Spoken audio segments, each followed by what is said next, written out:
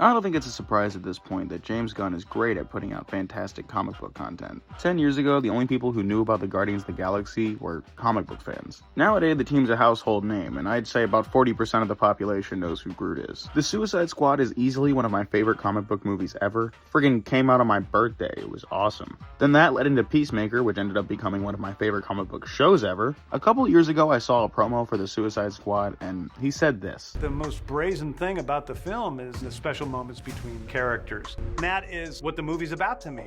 James Gunn knows his shit. This is a very simple, yet extremely important rule that is regularly disregarded amongst tons of different media. If the characters in a story suck, it makes the audience not want more. I'm not saying that characters you hate can't be good characters, like Oz Cobb or Walter White. I hate to love and love to hate those guys. But if they were written poorly, I just wouldn't care. James Gunn understands how to write characters, and it's why his projects work so well. That might have felt like a lot, but I feel like it's obvious that I wouldn't have said any of that if I didn't enjoy this show. It's fucking fantastic. It's only 7 episodes, and they're only about 20 to 25 minutes apiece. Like usual, James Gunn picked a bunch of characters collecting dust from the DC Comics vault to be the faces of this show. Funnily enough, the only creature commando from the comics that's in this adaptation is Frankenstein, which is funny on its own right, because in this show, he's not even on the team. I've learned more about some of these characters after the show came out, but honestly, before this, I hadn't heard of most of them. Weasel was in the Suicide Squad, but that's the only reason I recognized him. As I learned more about these characters, I realized that I like the ones in this adaptation a lot more than the comic ones. How is this guy so good at doing that? The characters have fantastic chemistry that's genuine and built up throughout the course of the season. You go from knowing nothing about these guys to wanting so much more of them. The storytelling aspect of this show is brilliant.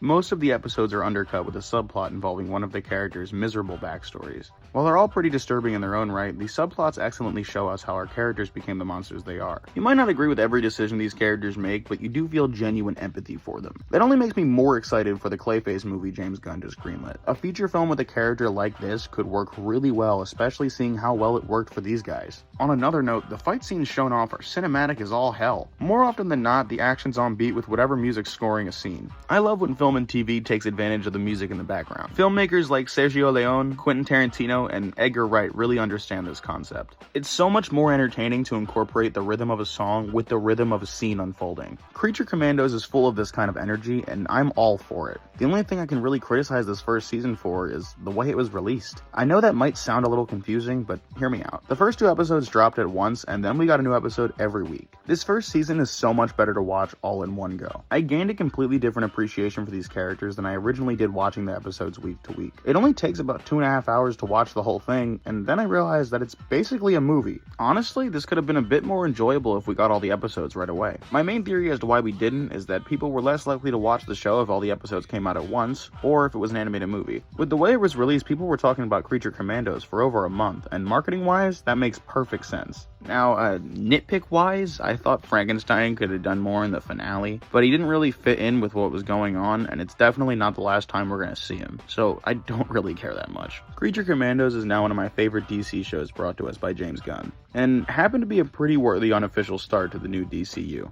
I'm so freaking excited for Superman. It's the nitty gritty, it's the nitty gritty, it's the nitty gritty, it's the nitty gritty, it's the nitty gritty, it's the nitty gritty.